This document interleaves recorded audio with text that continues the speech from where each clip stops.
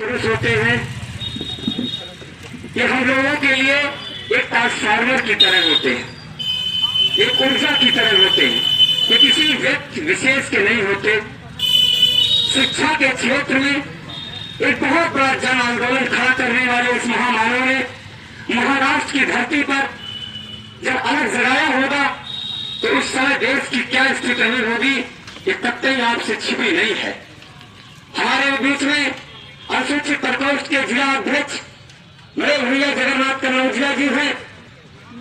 हमारे बीच में हरकेश कन्नौजिया जी हैं, नौजवान साथी, और इस कार्यक्रम का खूबसूरत संचालन कर रहे लालचंद कन्नौजिया जी हैं। मैं कभी कभी अपने इन समाज के लोगों के बीच जब बैठता हूं,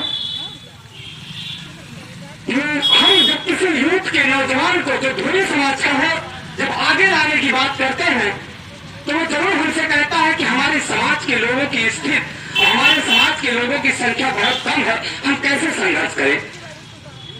तो मैं उनको यही बताता हूं कि तुमसे कम संख्या के लोग राष्ट्रपति हुए, तुमसे कम की संख्या के लोग मुख्यमंत्री हुए और तुमसे कम संख्या के लोग भारत के राज्यपाल हुए, उत्तर प्रदेश के राज्यपाल हुए। किसी समाज को जीतने के लिए और किसी लड़ाई को जीतने के लिए संख्या की गिनती नहीं होनी चाहिए, हौसले की गिनती होना बहुत जरूरी है।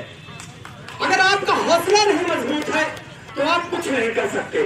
अभी आपने देखा, मैं एक ऐसे विचारधारा पे बोलने जा रहा हूं, उनकी विचारधारा को कल मैं भी रात में पढ़ रहा था कि जब वो गांव में जाते थे तो खुद ही सफाई करने लगते थे और सफाई करने के बाद जब शाम को वो चौपाल करते थे जगन्नाथ जी, तो वो उसका श्रेय खुद को नहीं देते थे कि ये सफाई मैंने की है। वो कहते थे मंच के माध्यम से कि ये सफाई इन गांव के लोगों ने की है और ये गांव के लोग कितने अच्छे हैं।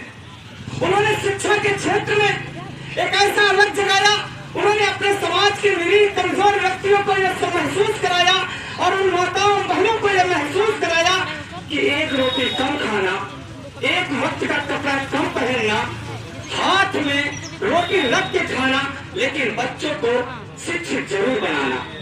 इनकी ही विचारधारा को धारण किया डॉक्टर बी आर अम्बेडकर ने, जिसकी पूर्ण प्रतिमा सामने लगी है, जिन्होंने कहा था शिक्षा वह शेरनी का दूध है जो जितना पिएगा उतना दहाड़ेगा।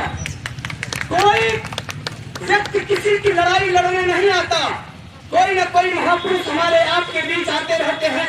कभी पेरियार साहब आए, कभी ललन यादव आए, कभी डॉक्टर बी आर अम्बेडकर आए, कभी लोहिया जी आए, और इन्होंने जिस व्यवस्था को बदलने की बात की उसी व्यवस्था को बदलने के लिए आज हम लोग भी सड़कों पे उतरे हैं।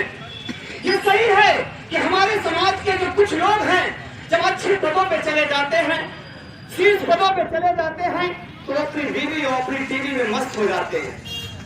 राजनीति कोई पंडित बाबा का कलेवा नहीं है, राजनीति कोई वो खूबसूरत बना हुआ आहार नहीं है कि जो आप खा लोगे। इस लोकतंत्र की लड़ाई में लड़ने के लिए बहुत सामना करना पड़ता है और इस सामने को करने के लिए आपको संगठित होना पड़ेगा। क्या पूरे जिले में इतने ही धोबी हैं? क्या जो धोबी समाज के लोग आए हैं उनके पास कहार, कुम्हार, लोहार, बढ़ई, विश्वकर्मा, माझी, मल्ला, बेलदार, यादव, इन समाज के लोगों की भागीदारी नहीं है? अरे मेरे भाइयों, सीना चीर करके, हाथ बैठा करके जब कपड़ा प्रेस करते हो और 10 और 15 रुपया जब मिलता है तो उसमें कहीं ना कहीं वेदना होती होगी कि हमें अपने बच्चे को शिक्षित बनाना है, एक वक्त की रोटी चलाना है। इस तरह के कार्यक्रम, इस तरह के आयोजन ना ही हो तो अच्छा है। अगर इस तरह की भीड़ हमारे समाज में हमारे लोग करेंगे, और एक बता दें आपको, आज दलित समाज के लोगों ने मान्यवर काशीराम साहब को नेता माना और दलित समाज के लोगों ने एक लामबंद होकर के डॉक्टर बी आर अम्बेडकर को नेता माना और पूरा देश और हर समाज के लोग उनको अपना नेता, अपना अग्रदूत मानते हैं। ऐसा ही नहीं क्रांति दूत का नाम मिलता है किसी को। गांव गांव चौपाल करिए, आपको हर गांव में एक मंदिर की तरह मिलते हैं। आप अपने गांव में कार्यक्रम करिए, पता नहीं कितने ऐसे लोग हैं जिनको संगाटके का इतिहास ही नहीं मालूम, और जिनको मालूम है वो मुखर होकर के बोलना भी नहीं चाहते। बोलना पड़ेगा आपको, लड़ना पड़ेगा आपको। ये कोई मामूली लड़ाई नहीं है। और आप लोगों ने मुझे बुलाया, जगन्नाथ जी ने बुलाया, हरकेश यादव जी, कन्नौजिया जी ने बुलाया। इसके लिए मैं दिल की गहराई से धन्यवाद देता हूँ। सोच और विचारधारा की लड़ाई लड़िए, अपने समाज को शिक्षित बनाने की लड़ाई लड़िए। इसी के साथ मैं अपनी वाणी को विराम देता हूँ। जय हिंद, जय भारत। संत गाडगे महाराज।